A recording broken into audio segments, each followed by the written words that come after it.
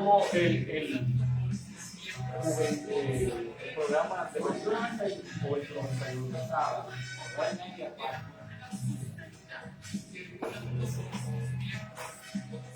Muy bien, muy bien.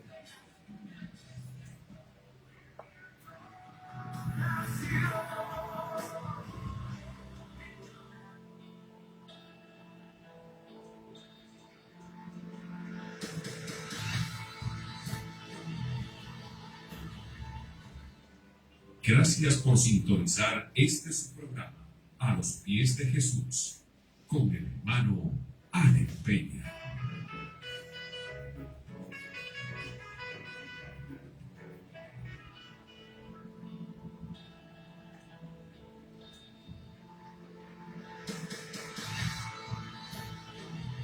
Bien, mis amados hermanos, ya estamos de regreso. Le decía antes de la pausa musical y de a propósito quiero darle la bienvenida a todos esos hermanos que nos siguen a través de nuestra página de Facebook, Ángel Peña también, y que están disfrutando de esta programación a través de las redes sociales. Recuerde usted también que tenemos nuestra página ya en YouTube también, donde puede disfrutar de esta interesantísima entrevista que hacemos cada viernes de 6 a 7 en tiempo real, y usted la puede disfrutar en el tiempo que usted prefiera.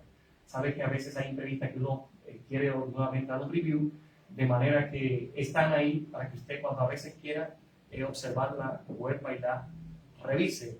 Damos la bienvenida a todos sus hermanos. Saludos para Indira Colomé, eso es allá en Toledo, España, que me dijo, hoy quiero escuchar esa entrevista con mi amigo, el maestro Giesi Manuel de los Santos. Y él sabe de quién estoy hablando, es una amiga de infancia. Me dijo, hoy va Giesi Manuel para allá de los Santos. Bueno, no me pierdo esa entrevista, y aunque las diferencias son 6 horas, porque allá son las 12 de la noche, entonces ella dijo, hasta que no vea la entrevista, no me acuesto. Voy a disfrutar. Entonces, en esta tarde tenemos por acá, como le decía antes de la pausa musical, al maestro Giesi Manuel de los Santos, que actualmente está como profesor del Centro de Capacitación SECAMI, es decir, el Instituto de la Misionera Pentecostal, que de paso quiero enviar saludo también a su directora Venancia González de Mejía, que fue mi directora también, como al pastor Pablo Mejía. Y quiero dar la bienvenida al maestro ya. Y usted que está en su casa, tome su lápiz y apunte, que en esta tarde hay muchas bendiciones para cada uno de ustedes. Adelante, maestro Giesi Manuel. Muchísimas gracias, mi hermano Ángel Peña. Dios bendiga de manera especial a toda tu familia, a toda la audiencia que siempre sigue este hermoso programa y con esa dedicación, con ese esmero que tú siempre le pones a las cosas, ese don de gente que te caracteriza. Bueno, yo sé que la gente son edificados cada día con cada una de las entregas de este espacio. Y es un privilegio, ¿verdad? Un honor y una oportunidad que debo aprovechar de poder estar aquí y compartir un agradecimiento muy grande a ti por darnos la oportunidad, a mí y a mi esposa, quien está hoy, de feliz cumpleaños. Amén. Una verdadera ayuda idónea, una mujer maravillosa que el Señor puso a nuestro lado. Muchas felicidades, mi amor. Gloria a Dios, compartimos esa alegría con mi hermana Elisa de la Cruz de Lozano. Así que muchas felicidades. Vamos a dar la bienvenida también ahí al programa Los Pies de Jesús.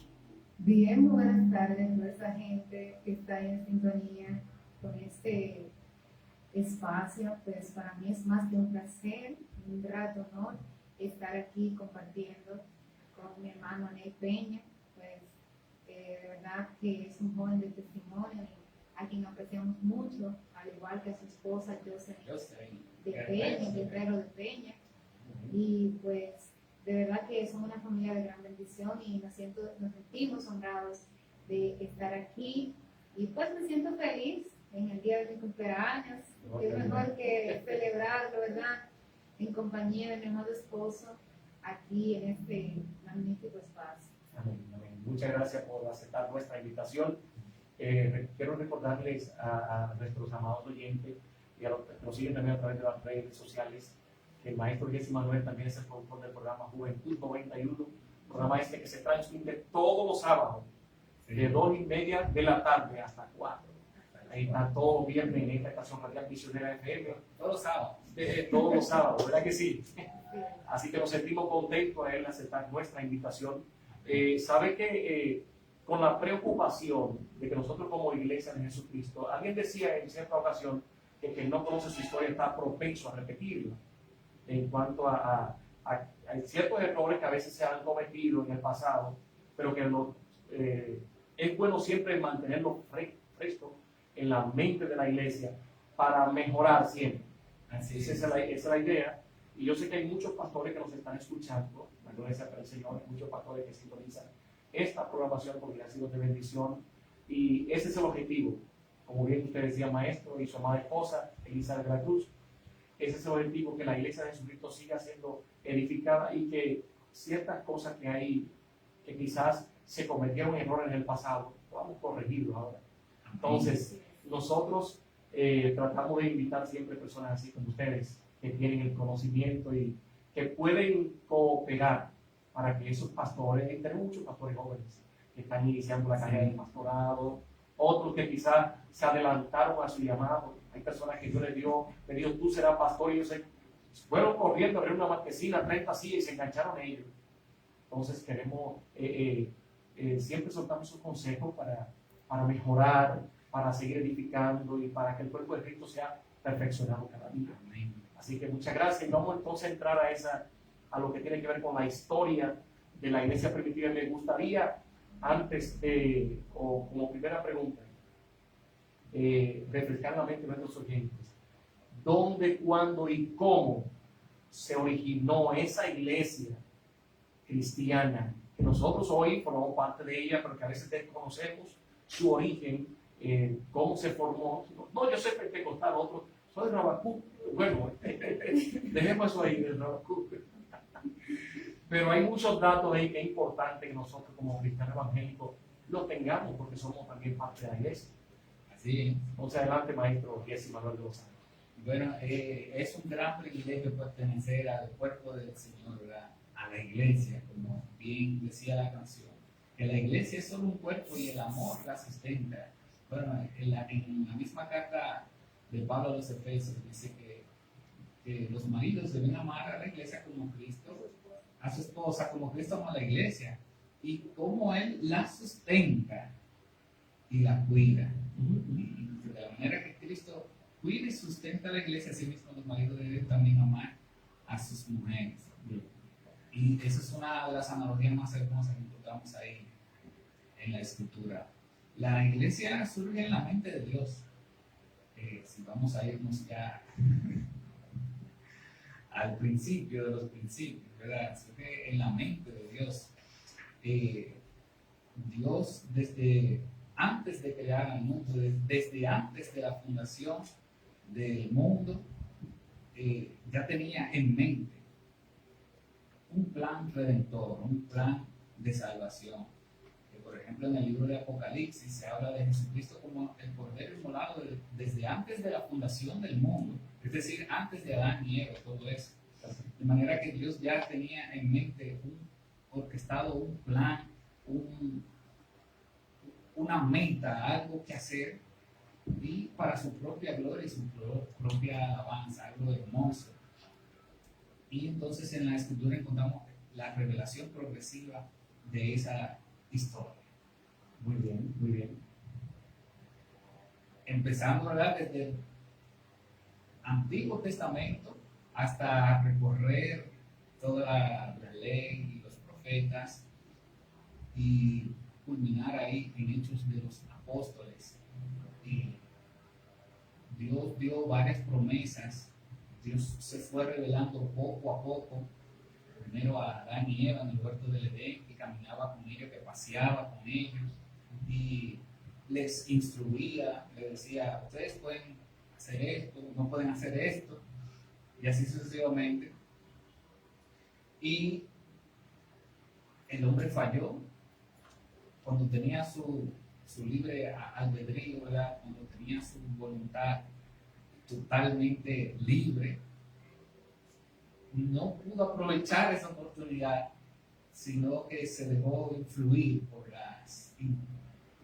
bueno, por la misma influencia del enemigo y su propia concupiscencia.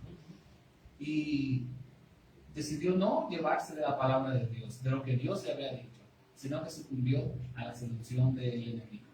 Y entonces ahí cayó en un estado de desgracia, un estado de consecuencias negativas que llegó al hombre y que afectaron toda su voluntad. Y pasó el hombre ahora a ser una criatura que muere, que se enferma, que tiene dificultades en el trabajo, y la mujer también comenzó a sufrir y a experimentar más dolores y a complicarse las cosas. Pero ahí mismo en el mismo libro de Génesis ya se comienza a hablar de una luz. Hay un destello de esperanza en el mismo Génesis 3:15, que dice que la serpiente herirá en el calcañar, ¿verdad?, a la simiente de la mujer, pero la simiente de la mujer se levantará alguien que le pisará la cabeza a la serpiente. Y como sabemos, luego se llegó a desarrollar, y como vemos en la escritura, de la simiente de la mujer nació Jesucristo. En la cruz del Calvario triunfó sobre las huestes del mal y sobre el acta de decretos que nos había sido contraria y había tenido sumergido a los hombres bajo esclavitud, bajo un estado destituidos de la gloria de Dios, como dice en el libro, en la carta a los Romanos. Y Cristo viene a ser la esperanza de todos aquellos que no pueden agradar a Dios por sus propias fuerzas. Entonces ahí todos aquellos que creen en ese que sí pudo cumplir, ¿verdad? Porque dice en Juan 3:16 que de tal manera amó Dios al mundo que dio a su Hijo unigénito para que todo aquel que en él cree no se pierda, mas tenga vida eterna. De manera que a todos los que creen en su nombre les dio la potestad de ser hechos hijos de Dios, los cuales no son engendrados de voluntad de carne ni de voluntad humana, sino de Dios, que está el Espíritu Santo, ¿verdad?, haciendo la obra de la regeneración en las vidas. Entonces, ¿qué es la iglesia? Es el conjunto de personas que reciben a Cristo por medio de la fe. Es el conjunto de creyentes que reciben esa obra, que aceptan esa obra sustitutiva del Señor, es decir, que Cristo, el justo, el limpio, el único inmaculado, como habla en la carta de los Hebreos, el único que nació sin pecado, el único que pudo cumplir cabalmente y justamente todos los requerimientos de la ley, murió en nuestro lugar, el justo por los injustos, para llevarnos a Cristo. Entonces ahora ese sacrificio, esa rectitud moral es nuestra cuando venimos a Él en arrepentimiento y fe. De manera que entonces al creer en Él, todos aquellos que depositan la confianza en Él reciben el perdón de sus pecados. El apóstol Pablo dice que no hay condenación para los que están en Cristo Jesús. Y en la Biblia, no sé si tú lo has notado, hay varios pasajes que hablan sobre ese beneficio que tienen las personas al estar en Cristo. Hay varios versículos que hablan en Cristo tenemos victoria, en Cristo tenemos el perdón de pecados, en Cristo somos más que vencedores. Y hay una serie de beneficios, una serie de bondades que nosotros recibimos al estar en Él. Dice, el mismo Jesús dice que el que tiene al Hijo tiene la vida. Y en esencia, todos aquellos creyentes que depositan su fe en Jesús como único Salvador, ¿verdad?, como el único que puede limpiar los pecados. El apóstol Pedro, en la predicación posterior al bautismo en el Espíritu, predicaba, decía que en ningún otro hay salvación.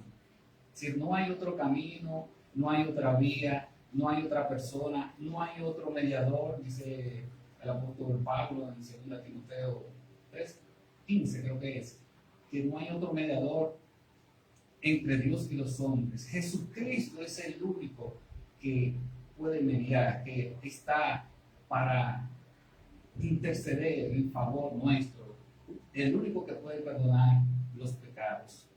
Y que no es alguien inalcanzable por allá, a lo lejos, sino que es asequible, es accesible a todos nosotros. Dice que en la carta a los Hebreos que no tenemos un sumo sacerdote que no pueda compadecerse de nosotros, sino uno que fue tentado en todo. Por lo tanto, podemos acercarnos a Él confiadamente. Tenemos un sumo sacerdote que fue como tú y como yo, y que podemos ir y acudir a Él. Señor, tú me conoces, vengo a ti, necesito que me extiendas las manos. Y podemos estar seguros que recibiremos el oportuno socorro, la gracia de Dios, el perdón de nuestros pecados, el descanso verdadero de nuestras almas. Entonces, la iglesia lo constituye todos aquellos que reciben a Jesucristo y descansan en Él como Salvador, como Redentor y sustentador de sus vidas, no solo en el momento en que vienen y se convierten, sino que Él es el Redentor, Él es el Salvador, Él es quien nos da el regalo de la salvación, del arrepentimiento y también de la perseverancia. Es decir, no solamente el Señor nos salva y te dice, bueno, ya te salvé, ahora averíguatela tú, sino que Él nos da su espíritu para que entonces nosotros podamos obedecer su palabra, podamos agradarle en todo. En Efesios 1:3 Él dice que a los que creen en Él viene el Espíritu Santo y les sella, son sellados con su Espíritu Santo, que es la garantía de que seremos levantados. Entonces el Espíritu Santo, al creer en nuestro Señor, al venir a Él en arrepentimiento y fe, el Espíritu Santo viene a nosotros, nos inviste con su poder, y ese poder, esa persona que comienza ahora a habitar en nosotros, es la que nos va a dar la fuerza, nos va a dar la vitalidad, para entonces nosotros poder vivir una vida agradable a Él, una vida santa, una vida que le glorifique, como bien expresa Efesios. Dice que fuimos creados para la alabanza de la gloria de su gracia, con la cual fuimos aceptos en el amado. Muy bien, qué importante es cuando uno escucha este tipo de declaraciones sobre cuál es nuestro papel y nosotros como iglesia, cuál es nuestro derecho. Porque a veces yo escucho a personas decir, bueno, yo soy cristiano, pertenezco a la iglesia ahí, pero el que forma parte de la iglesia de Jesucristo no es cualquier cosa. Es parte de una organización grande que, sin importar la nacionalidad de la persona, ¿verdad? Como bien decía maestro Jesse, por la fe pasa ya a ser parte. Cuando acepta a Cristo como Salvador, entonces pasa a ser parte. Entonces podríamos decir, maestro, específicamente que la iglesia tiene su origen. Cuando hablaríamos del origen, ¿de dónde en adelante? Podríamos decir que la iglesia inició. Sí. Oh, sí. Bueno, ya propiamente dicho, va concretizando las cosas. En el libro de Hechos, cuando el Espíritu Santo desciende sobre el pueblo, es que, ¿verdad?, es el punto focal, el punto que se toma, ¿verdad?, como partida de que comienza la iglesia de Dios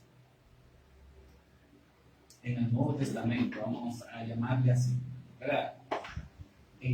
La investida, el bautismo del Espíritu Santo, esa promesa que el Señor había dado de que no dejaría a su pueblo solo, sino que enviaría al Consolador, al que guiaría en toda verdad, al que habitaría en su pueblo. Ese es el punto que se toma, ¿verdad?, como la institución ya formal de la iglesia cristiana, la iglesia neotestamentaria, o como le conocemos en ese primer siglo, la iglesia primitiva. Muy bien. Es importante que nosotros, es un punto muy importante, o sea que desde el día de Pentecostés fue donde de ahí en adelante fue formada la iglesia. Y por cierto, ahí tiene unos comentarios ahí a través de las redes sociales donde manda saludos. Quiero saludar al pastor José Sáenz, esto en Long Island. Ese pastor está en sintonía también ahí. Y hay algunos cuantos hermanos ahí que están saludando al maestro Jesse. Así que Dios bendiga recibe esas esa bendiciones. gente. Saludos para Indira también, que mencionaste hoy. Está Todos ahí, los demás está ahí también a través de las redes sociales. son nuestra gente. De verdad que nos sentimos más que contentos en que ellos estén con nosotros. Maestro y también la esposa Elizabeth, pueden cualquier cosa también. Sí, claro que interactuar. sí. Me gustaría que que- buena asistencia ahí. Me gustaría que refrescáramos de la manera que estaba establecida, o sea, estructurada en cuanto a lo concerniente al liderazgo de la iglesia primitiva. ¿Por qué nosotros queremos refrescar todo esto? Porque hay principios ahí en la Biblia que si lo establecemos, yo creo que la iglesia mejoraría mucho, mucho más. Entonces quisiéramos saber cómo estaba, porque donde quiera sale uno que se convirtió aquí, compró un saco, una Biblia grande, y ya entonces él es el profeta. Wow, y eso Y él quiere dictar leyes y ordenanzas y quiere faltar el respeto. Inclusive muchos pastores que tienen una trayectoria, sale aquí de Higüey, de los Estados Unidos, donde quiera que esté, porque debe decirle, maestro, donde quiera hay este tipo de miembros.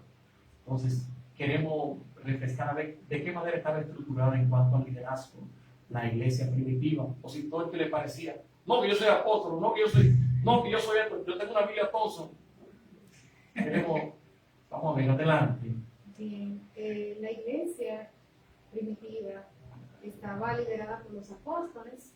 Los apóstoles tenían la característica, todo aquel que era apóstol tenía una característica fundamental y es que anduvo con Jesús, tenían que andar con Jesús. Por ejemplo, el apóstol Pablo, que fue el último, ya que vio a Jesús, que Jesús se le apareció como un abortivo, que él dice que Jesús se le apareció ya como abortivo, que ya fue al último, fue como la misericordia del Señor sobre Pablo, después de él ser perseguidor de la iglesia y ser ya el último a quien Jesús se le apareció y fue transformado. Fue tan grande ese encuentro que su vida fue transformada prácticamente al instante. Y ponme aquí, Señor. O sea, se puso como a disposición del Señor de una vez. Y el apóstol Pablo es un gran ejemplo de eso, de que para ser apóstol obligatoriamente debe la persona haber andado con Jesús, haber visto a Jesús, haber estado con él y revelar. Jesús se le debió haber revelado. También estaban los profetas que estaban por debajo de los apóstoles. Un profeta no podía estar suelto. Soy profeta y vengo y te doy una profecía, te declaro algo, pero usted le pregunta ¿a dónde viene? ¿Quién lo pastorea? ¿Quién lo pastorea? ¿Qué hace? Ah, no, Dios Dios me me escogió, Dios me llamó. y viven, y no se sabe. Tú no le puedes preguntar a nadie sobre esa persona, no tienen a quien preguntarle. Entonces eso es peligroso porque ¿cómo se va a aceptar la palabra de alguien donde no haya nadie que responda por esa persona? Entonces estaban los apóstoles, los profetas, ¿verdad? Los evangelistas, que eran aquellos que iban a levantar iglesias por lo regular, se dedicaban a fundar iglesias, se quedaban ahí hasta que la iglesia diera fruto. Ahí está el ejemplo de Tito, de Timoteo, de Felipe, de Apolos, donde dice que Apolo regó y bueno, y el crecimiento. Ahí lo da el Señor. Eso es como un dicho que dice la gente. Entonces, Apolos lo conocemos, ¿verdad? Que fue un hombre del Señor, que fue un hombre entregado a la obra, poderoso en palabras. O sea, no era cualquier persona, era una persona que conocía la Biblia también, ¿verdad? Porque para ser hay muchas personas que son evangelistas y eso es muy peligroso con lo que se le da al pueblo, porque hay que ser muy cuidadoso, porque no se le habla a cualquier persona, se le habla a la novia de Cristo, se le habla a alguien que merece respeto. Y entonces cuando usted le habla a alguien que merece respeto, usted debe saber de qué le está hablando y tener conocimiento para no alimentar, ¿verdad?, a los miembros de cualquier cosa. No decir algo que usted escuchó, pero que no lo buscó en la Biblia. O yo venir a decir, no, porque la Biblia dice que, la Biblia dice tal cosa, ¿no? Si la Biblia no lo dice, no lo dice. Entonces hay que tener mucho cuidado con eso. Y a veces se cae en ese error de que cuando uno escucha a un evangelista, bueno, solo dijo el evangelista, y eso debe ser así, porque era el evangelista, ¿no? Debemos escuchar las cosas, escucharlo todo y retenerlo, bueno, como dicen. Entonces, también los evangelistas deben preocuparse por aprender la palabra del Señor, como en una ocasión le dijo el apóstol Pablo a Timoteo. Persiste en lo que has creído, en esa fe que te enseñaron tu abuela y tu madre, tu abuela Loida y tu madre Eunice. O sea, le han enseñado una fe sana. Y le exhortaba que persistiera en eso que había creído. Entonces, Timoteo era un hombre que estaba bajo la palabra. Era un evangelista, pero estaba bajo la palabra. También estaban los diáconos que se eligieron en Hechos capítulo 14, ahí está la elección de los diáconos. Tenían un papel muy importante. Los diáconos como que son importantes como para la organización de la iglesia, para el pastor sentirse como, ¿verdad?, dividir el trabajo, porque son un equipo. Hay mucho trabajo. Exacto, hay mucho trabajo en la obra. Y es bueno que haya, ¿verdad?, personas que hagan diferente trabajo, porque el pastor muchas veces no da para tanto. Están también los pastores, ya sabemos, ¿verdad?, a qué se dedican, a pastorear la grey, a velar por sus miembros, que todo esté bien, que las enseñanzas que reciban estén correctas, que si alguien enseña algo erróneo, el pastor muchas veces es el que tiene como esa responsabilidad de corregir. También están los maestros, como mi amado esposo y usted, que yo sé que muchas veces ha tenido que enseñar la palabra. Todo el que enseña la palabra es maestro y tiene un gran compromiso, maestro, que es de conocer la palabra de verdad. Muy bien. Las iglesias, yo siempre he creído que cuando usted observa a alguien que de repente, maestro Jesse, por la iglesia y allí, como decíamos al principio, compra 30 sillas y comienza a conquistar miembros de otras iglesias, hermano, eso es una bomba de tiempo, porque entonces todo lo que son de ese mismo calibre, mire, cuando usted lo junta, es como tener toda esa, como una organización. A veces hay personas que inclusive hasta le ofrecen cargo a ciertos miembros de otra iglesia para que venga para donde ellos, pero no saben que cuando Dios es quien coloca a alguien de diácono, de presidente de la sociedad, Dios le da la sabiduría y todo sale bien.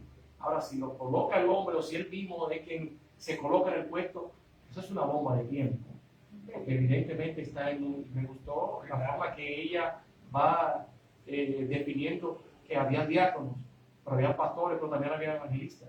Hoy en día la gente quiere, el diácono quiere hacer el papel del pastor, el evangelista quiere hacer el papel del profeta, el profeta, y como que cada cual no entiende que como un cuerpo que somos, si cada cual desempeña su función, finalmente vamos a hacer un buen trabajo, ¿no?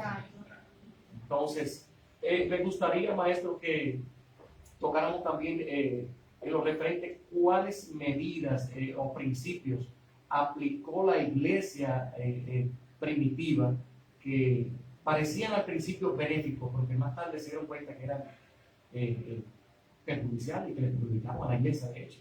Entonces, a veces cuando lo escuchamos hoy en día, pues, nos aferramos a no cometer los mismos errores. Bueno, por ejemplo, en el libro de Hechos hay un pasaje que dice que en aquellos días tenían todo en común.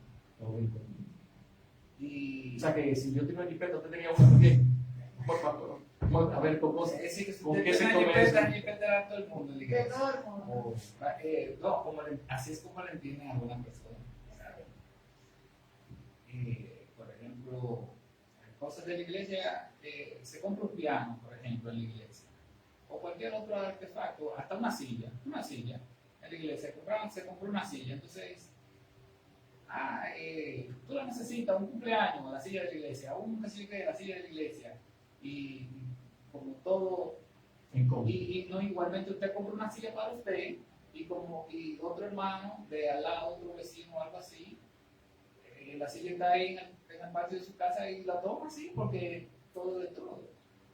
Pero no necesariamente a eso es que se refiere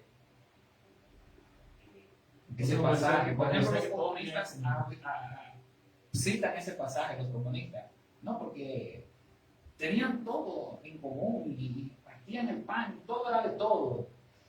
Pero en la misma escritura nosotros encontramos un concepto de propiedad privada. Pero no desde Hechos, sino desde mucho antes de Hechos. En el libro de Génesis y en el libro de Éxodo, por ejemplo, dice: no robarás. Eso nos da una sensación de que hay algo, hay una propiedad que no es tuya. Ni siquiera codiciarás. Desde el mismo Antiguo Testamento, ¿verdad? Porque en realidad el mensaje del Evangelio, tanto en el Nuevo Testamento como en el Antiguo Testamento, es el mismo. Lo que pasa es que se tergiversó, la mayoría de las personas que tenían que enseñar lo habían prostituido, más o menos como lo que usted estaba explicando ahorita. Personas indignas estaban manejando las cosas del Señor y entonces ya no se iba al espíritu de las cosas, sino que ya las cosas se iban por mandamientos de hombre y por la corrupción del hombre. Pero el mismo Jesús dice que Él no está predicando nada nuevo, que la ley se tenía que cumplir y que teníamos que tomar en consideración todas las cosas que el Señor había dicho, y rectificó la mayoría de todos los mandamientos morales, ¿verdad? De la ley de Dios.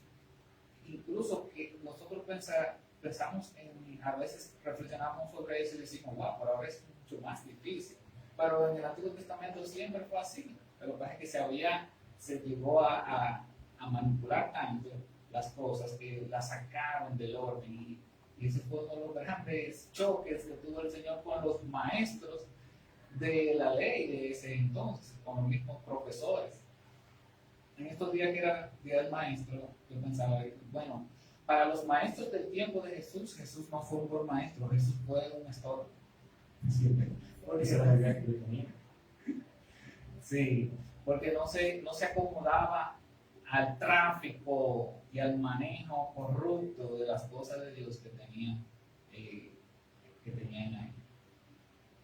Entonces, esa es la idea ahí. Entonces, cuando hablamos, por ejemplo, ¿cuál diríamos que fue la estrategia que empleó la iglesia para evangelizar, para dar a conocer? Porque llegó un tiempo que ellos pensaron más bien que solamente eran ellos. Entonces, ¿cuál fue la estrategia que la iglesia empezó a emplear para tratar de expandir que este evangelio no era simplemente para ellos, sino que también lo regalaran? Que era para otros, ¿verdad? Antes de llegar a esa partecita ahí, me fui detallando algunas otras cositas y no llegué a decirlo, ¿verdad? Que el propósito, cuando dice que tenían todos en común, era de forma voluntaria que lo hacía la gente, o sea, que no era impuesto. Ahora todo el mundo va aquí, usted tiene sus cosas, ahora tiene que compartirla con todo el mundo. Ejemplo, yo tenía 10 vacas, yo la compartía si yo quería. Voluntariamente para compartir con los que eso estaba desde la ley, que debían ayudar al pobre, ayudar al prójimo, si tenían algo, debían compadecerse de sus hermanos. Ahora, después del derramamiento del Espíritu Santo, se comenzó verdaderamente a vivir lo que estaba ya escriturado, lo que ya el Señor les había dejado anteriormente, pero ya no por el mandamiento, sino ya además del mandamiento, por un deseo, por una voluntad, por algo que pone el Señor en tu corazón, como cuando alguien se convierte, ¿verdad? Que dice, no, pero como Saqueo, por ejemplo, ¿verdad? Saqueo, el Señor no le dijo, reparto, no, sino que él dijo, yo voy a repartir, voy a compartir con los demás, si a alguno le ha agraviado, quiero voluntariamente, algo que nace del Espíritu, que el mismo Espíritu va poniendo, que es algo muy diferente arbitrariamente adueñarse de las cosas y monopolizar las cosas. Muy bien, entonces en cuanto al evangelismo, el libro de Hechos y toda la parte histórica del Nuevo Testamento hace un énfasis en esto, de que iban predicando el Evangelio. En principio ellos estaban un poco estancados ahí en Jerusalén. ¿Sabe qué dicen en Hechos 1:8? Que recibiréis poder cuando haya venido sobre vosotros el Espíritu Santo y me seréis testigos en Jerusalén, en Samaria, en Judea y hasta lo último de la tierra. Ellos se habían quedado ahí en Jerusalén.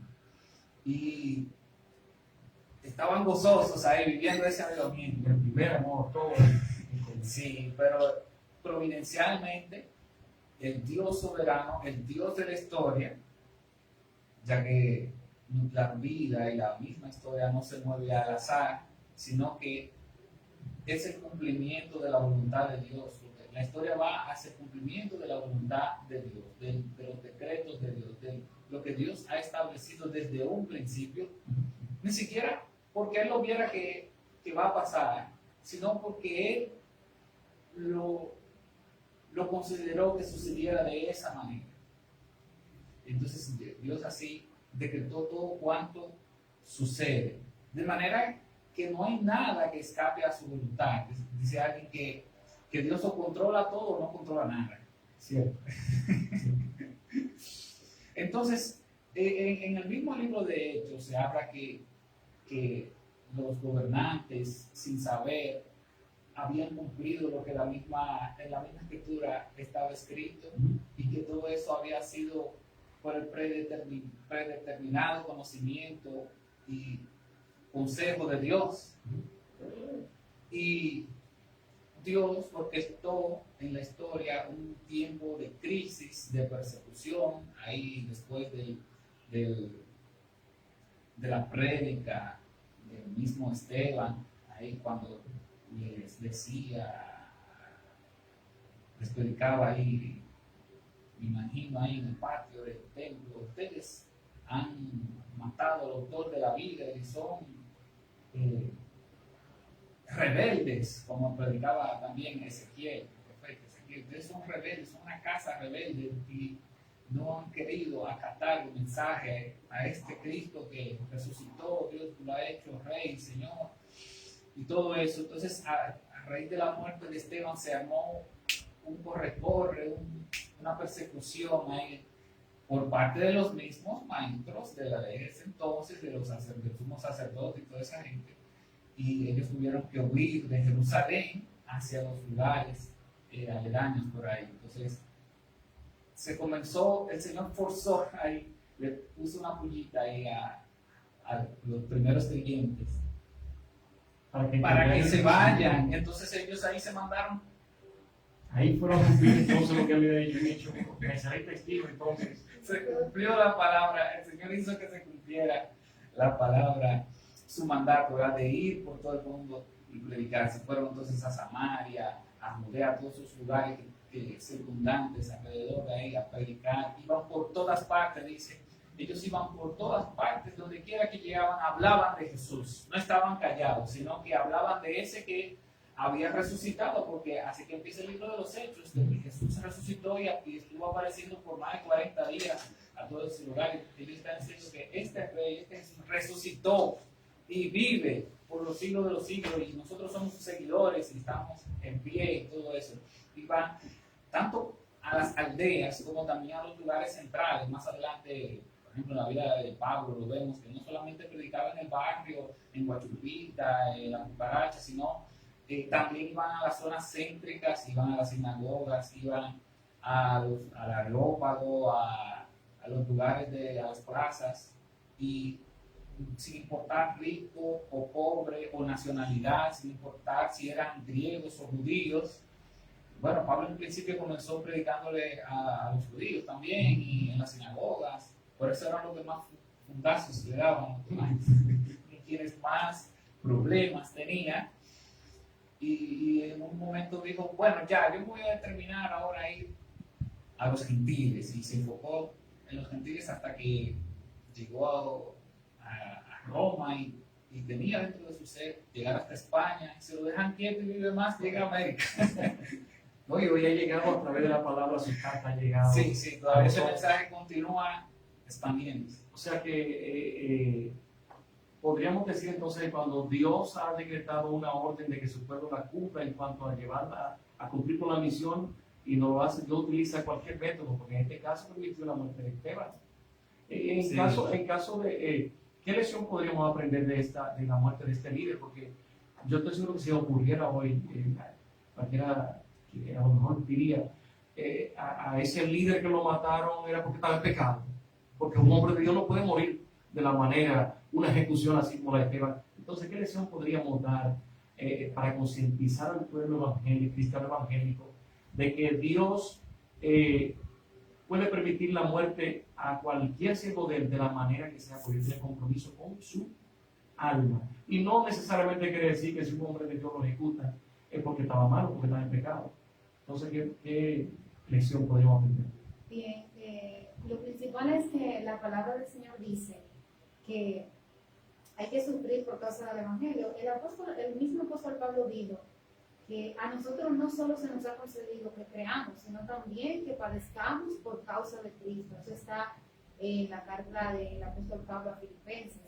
Entonces, se nos ha concedido padecer por causa de Cristo, por causa del Evangelio. Hay muchos mártires, muchas personas que tuvieron que padecer por causa de Cristo, y ahí está Esteban. La lección que podemos aprender de eso es que no importa lo que tengamos que pasar para que el Evangelio llegue. No importa si tenemos que morir, no importa si tenemos que entregarnos. Hay muchas más personas que no están en la Biblia, como John Wycliffe y muchísimos más, que murieron por causa del Evangelio, por no negar su fe. Y si negar la fe pues nos cuesta la vida, pues no lo vamos a hacer. Vamos a seguir proclamando el Evangelio de Cristo, aunque nos cueste la vida. Muy bien, muy bien. Ojalá que nosotros tengamos eso presente. Amén.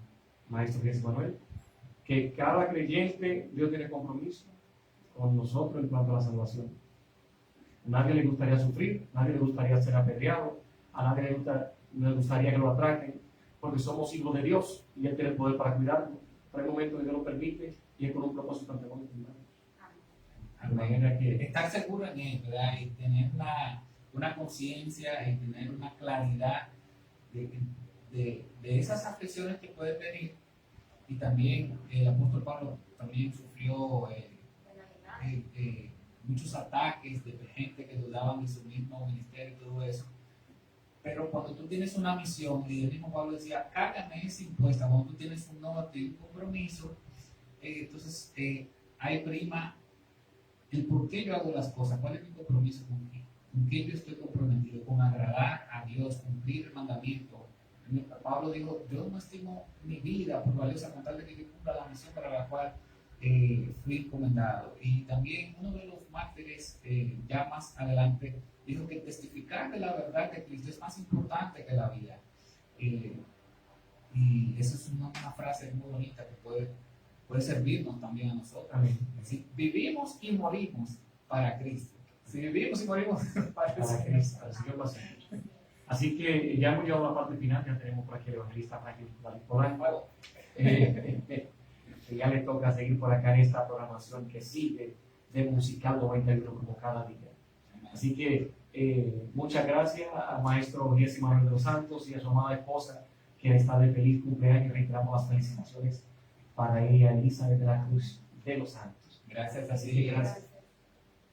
Bien, amados hermanos, gracias a usted también que ha permanecido en sintonía ahí en tiempo real a través de la radio y también a través de la www, y usted también que nos sigue a través de la página de Facebook y en YouTube. Muchas gracias. Muchas gracias. La invitación es para el próximo viernes, donde estaremos en esta misma estación radial misionera F92.5. Maestro, solamente me resta decirle que Dios siga haciendo resplandecer su rostro sobre usted, sobre su familia y sobre su familia. Gracias, gracias. Que Dios bendiga a su hijo y al pastor Jesús Manuel de los Santos y su madre José Castillo. Shalom, hermano. Gracias igualmente. Así que buen fin de semana.